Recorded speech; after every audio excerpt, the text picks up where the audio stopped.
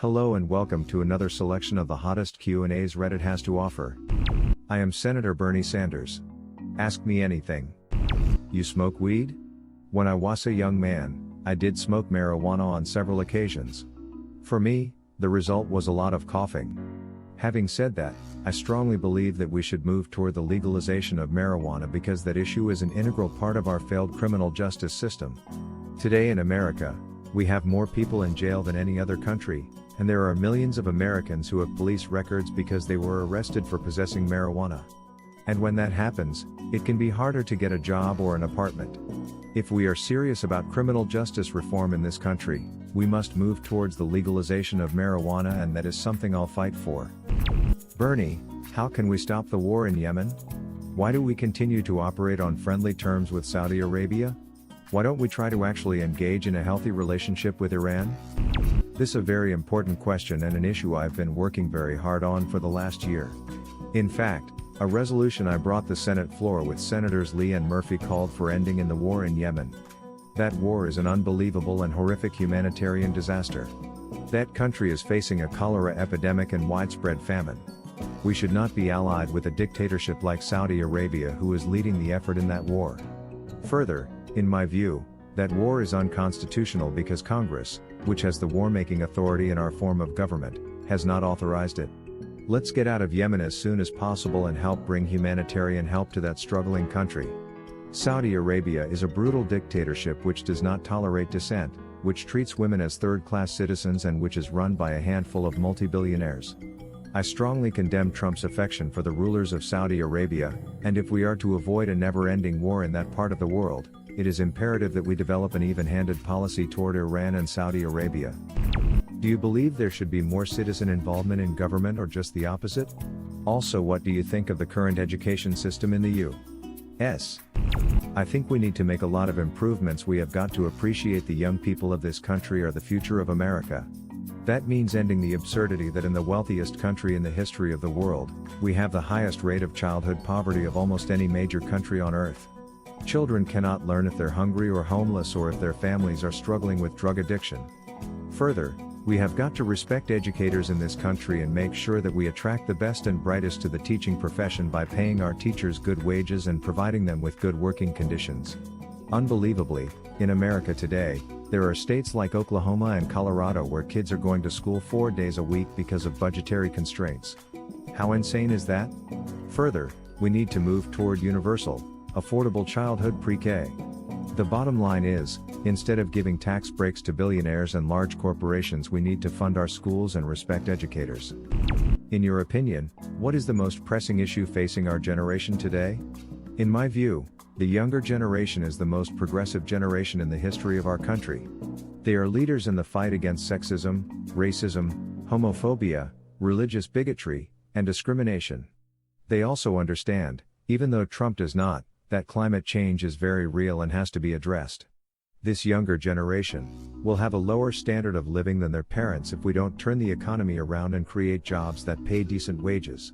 I have talked to too many college graduates who are earning $10 or $11 an hour, and that is not acceptable. Further, millions of young people have left school deeply in debt and are struggling hard to pay off those debts. Low-wage jobs and high debt makes for a difficult existence. My hope is that young people in response to these issues will become increasingly involved in the political process and stand up for their rights. The young people can turn this country around if they run for office, if they vote, and if they get involved. I very much hope they will. What's the best thing about Vermont? I love Vermont because of its natural beauty. When you visit us, you will find that we are truly one of the most beautiful states in the country and that we have 4 special seasons. Right now, the leaves are changing, which is a beautiful time to visit Vermont. Further, we have a very down-to-earth type of politics in which candidates at the local, state and federal level remain close to the people. I think it's fair to say that in Vermont at one level or another I have personally met a good percentage of the people in our state. Lastly, I'm proud that in recent years Vermont has developed one of the most progressive election systems in the country, making it very easy for people to vote. Hi Bernie. How will a single-payer healthcare system actually save Americans money? How is it that America is paying more per capita for healthcare relative to other developed nations that have implemented single-payer? I would hope that there would be widespread support in Congress, as I know there is among the American people for the legislation that I've introduced, which would guarantee healthcare to all Americans through a Medicare for All, single-payer program. The first year of the 4-year phase-in program calls for lowering the eligibility age from 65 to 55 and for covering all the children in America. I would hope we can get widespread bipartisan support for that. Further, all Americans, whether they're conservative or progressive, understand we're being ripped off by the pharmaceutical industry, which charge us by far the most per country. The American people want us to stand up to the drug industry, and I hope very much we gain bipartisan support to do that. Hi Senator. What, if anything, can we expect the Democratic Party to do about student loan debt? Also, under Obama there were too many unemployment extensions given out. However, under Trump there are 0 extensions being given. I'm unemployed and am putting an overwhelming amount of effort into getting a new job. However, my unemployment is now up and I have yet to land a new position. Now I have barely any income on my part, I am married, and a 3-year-old son to take care of. The nanny position I took while I am job searching in my field barely pays anything. Do you think it is possible that something will be done about the extensions? This is a huge issue which I am deeply immersed in. Not only do we have to make colleges and universities tuition free, but we have to provide help to the tens of millions of Americans who are struggling with outrageous levels of student debt.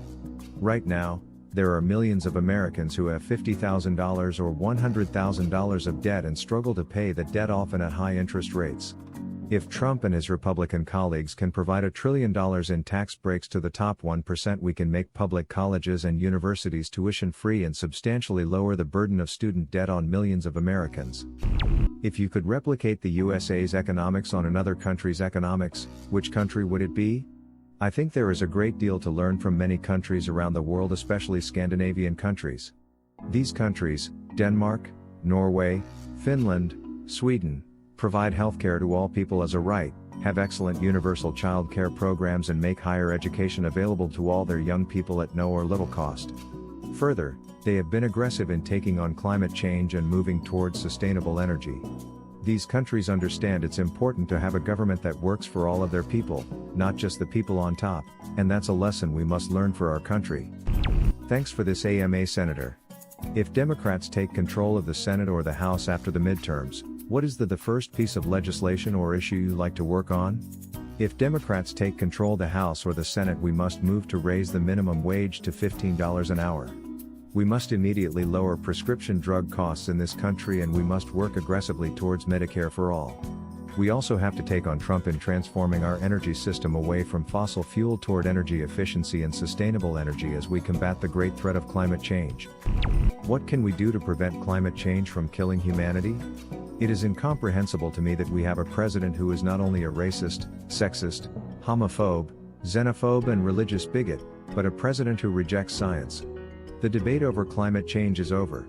The scientific community is almost 100% united in telling us that climate change is real, caused by human activity, and is already doing devastating harm to our country and the world. We must as a nation lead the world in moving aggressively towards such sustainable energy as wind, solar and geothermal, and when we do that, we will not only combat climate change but create millions of good-paying jobs and lower electric bills. We must also move toward the electrification of our transportation system and rebuild our crumbling rail system. The United States should lead the world in combating climate change, not have a president who rejects science and works with the fossil fuel industry. The world is on fire in pretty much every direction right now. What makes you hopeful? What makes me hopeful in these very difficult times is that I get around the country a lot and meet extraordinarily wonderful people. In the last 2 weeks, as part of this campaign, I will have visited 12 states in support of Democrats and progressive candidates. I have met with hundreds of people who are working day and night working to improve their communities, and these people give me a great sense of hope for the future. What would have been your answer or question? Leave it in the comments below. Slap that like and subscribe button for more, and check out the link in the video description for even more answers. Peace out, and catch you in the next video.